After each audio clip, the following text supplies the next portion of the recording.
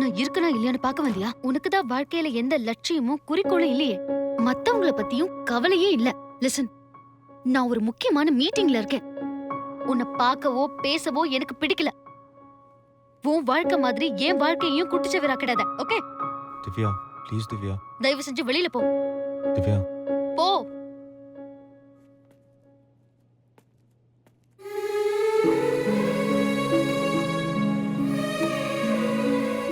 திவ்யா, ஒரு 2 மினிட்ஸ்.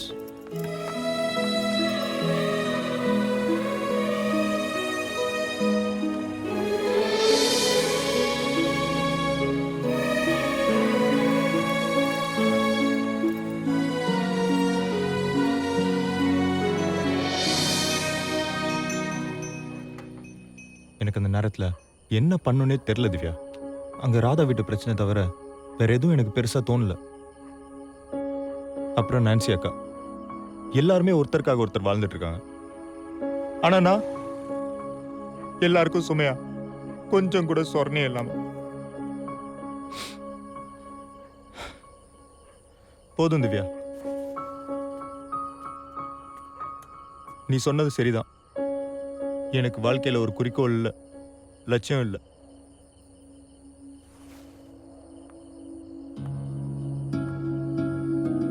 இப்பதான் திவ்யா எனக்கு என் லட்சியம் தெரியுது.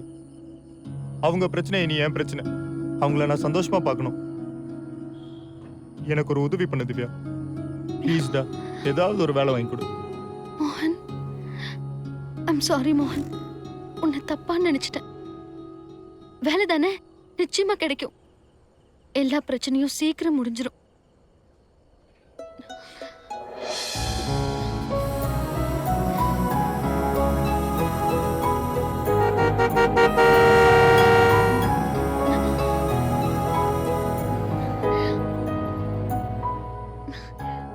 முறைக்காதடா. போலாம். ஓ மை காட், என்னாச்சு? உன் கூட பேசிட்டு இருந்ததுல நாளைக்கு என் ப்ரோக்ராமையும் மறந்துட்டேன். ரெஃபரன்ஸ் புக் வேண்டி இருக்கு. Oh my God. புக்ஸ் தானே, அதுக்கே பதட்டப்படுற? என்ன புக்குன்னு சொல்லு. நான் உனக்கு மெசேஜ் பண்ணட்டுமா? கவலையை விடு, காலையில அந்த புக் உங்ககிட்ட இருக்கும்.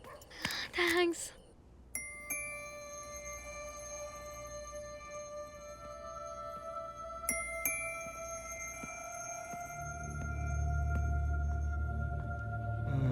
எங்க இருக்கு?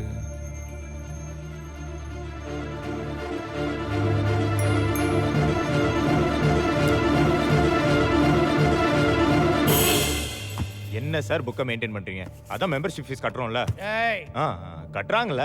அதான் நான் பார்த்தேன். உன்னை யாரா டேமேஜ் புக்கா பார்த்து எடுக்க சொன்னது? சார் இருந்ததே ஒரு காப்பி சார்.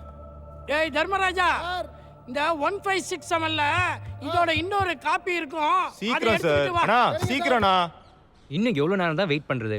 திவ்யா, மோகன் வந்தானா புக்கை ரிசப்ஷனில் கொடுத்துட்டு போக சொல்லு. அங்கே பப்ளிக் ப்ராசிக்யூட்டர் வெயிட் பண்ணிட்டு இருக்காரு. கஷ்டப்பட்டு அப்பாயின்மெண்ட் வாங்கியிருக்கோம். யோசிச்சு பாரு, டிராஃபிக் வேற ஹெவியா இருக்கும். Let's leave Divya. Come fast.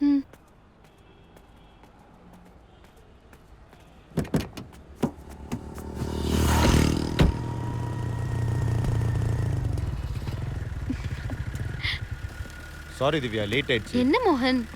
நீ கேட்ட புக்லாம் எடுத்துட்டு வந்துட்டேன். ஓகே, ஏய், தேங்க்ஸ். தேங்க்ஸ். பாய் மோகன். ஹே திவ்யா, திவ்யா, திவ்யா.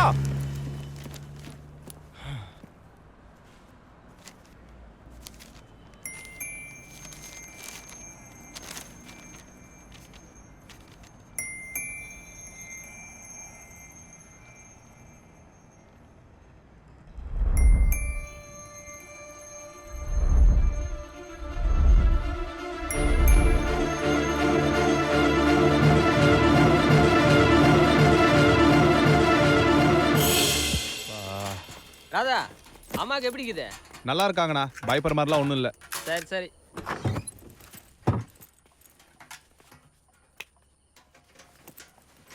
என்னடா மணி 10ஆவது, இன்னும் நாளே காணோம்? தெரியலையேடா.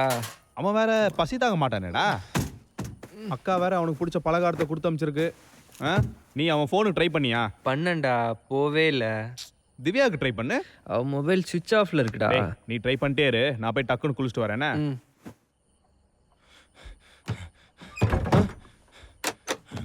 டேய் மோகன் என்னடா? தெரியலையே. டேய்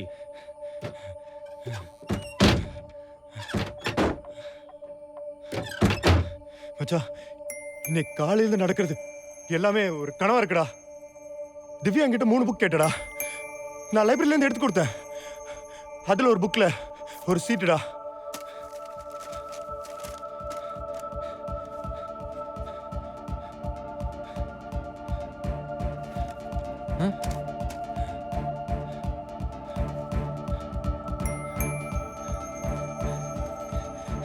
நீங்க நம்பல? நானும் நம்பல. ஆனா எனக்குள்ள ஒரு ஆசைடா. ஒருவேளை அது நிஜமா இருந்துச்சுன்னா நான் அந்த இடத்துக்கு போனேன்டா. போய் பார்த்தா பணம்டா. பணம்டா. அவ்வளோ பணம்டா. மூட்டை மூட்டையா பணம்டா. டேய் நம்ம முள்ளடா, நிஜமாலுமே அங்க அவ்வளவு பணமா? சத்தியமாடா, உங்க மேல சத்தியமாடா. என் கூட வாங்கடா, காட்டுறேன்.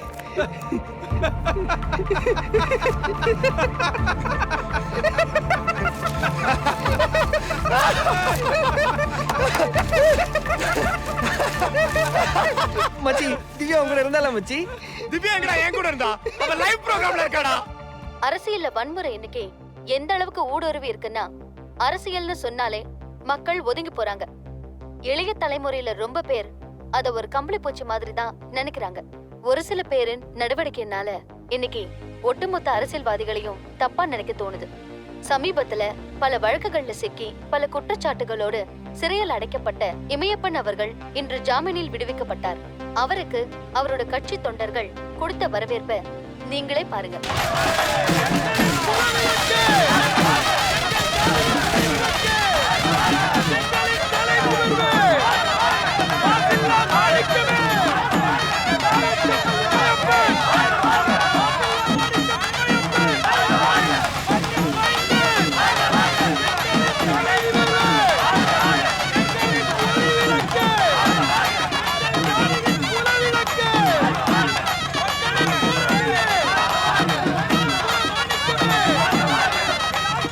முன்னாள் அமைச்சர் கட்சி தலைவர் இமயப்பன் அவர்கள் நம்மோடு நேரலையில் இருக்கிறார். வணக்கம் சார், இன்னைக்கு உங்களுக்கு ஜாமீன் தான் கிடைச்சிருக்கு. ஆனா உங்க தொண்டர்கள் அத ஒரு தீர்ப்பா எடுத்துக்கிட்டாங்கன்னு தோணுது. அப்படிதான் தோணும். 6 மாசமா ஆளுங்கட்சி என் மேல வாய்தா வாங்கிட்டு இருக்காங்க. என் மேல போட்ட குற்றச்சாட்டுகளுக்கு ஒரு ஆதாரமாவது கொடுக்க முடிஞ்சதா? கொலை, நில அபகரிப்பு, ஊழல் எதை நிரூபிச்சானுங்க? பேச வந்துட்டானுங்க. இதற்கு விளக்கம் ஆளுங்கட்சி சார்பில் உள்துறை அமைச்சர் வெற்றிவேலன் அவர்கள் கொடுப்பார். வணக்கம்மா. இமயப்பன் சார் சொன்னதுக்கு பதில், அவர் கடந்த 20 வருஷமாவே அவர் மேல இருக்கிற குற்றச்சாட்டுகளை மறைச்சிக்கிட்டு வராரு. ஊழல் ஒன்றும் அவருக்கு புதுசு இல்ல. ஊழல் எப்படி பண்றதுன்னு அவருக்கு தெரியும். அந்த ஊழலை எப்படி மறைக்கிறன்றதும் அவருக்கு நல்லாவே தெரியும். ஹலோ ஹலோ ஹலோ, மாண்புமிகு அமைச்சர் எல்லை மீறி பேசிட்டு இருக்காரு. நீதிமன்றம் எனக்கு கொடுத்த ஜாமீனை நான் பாதி தீர்ப்பா எடுத்துக்கிட்டேன். ஆளுங்கட்சிக்காரங்களுக்கு என்ன விமர்சிக்க எந்த அருகதையும் கிடையாது. என்னோட கட்சிக்காரங்க 18 எம்எல்ஏக்களை பணம் பதவி கொடுத்து வாங்கிட்டானுங்க. இமயப்பன் சார், அவனுங்க பேசுறாங்க. நாங்க பணம் கொடுத்து வாங்கல, அவங்களாதான் வந்திருக்காங்க. சார், காந்தி பிறந்த இந்த மண்ல அகிம்சாவாதம், பொது வாழ்க்கையில ஒழுக்கம், நேர்மை இதெல்லாம் இன்னைக்கு வன்முறை, ஊழல்னு ஆயிட்டு இருக்கு.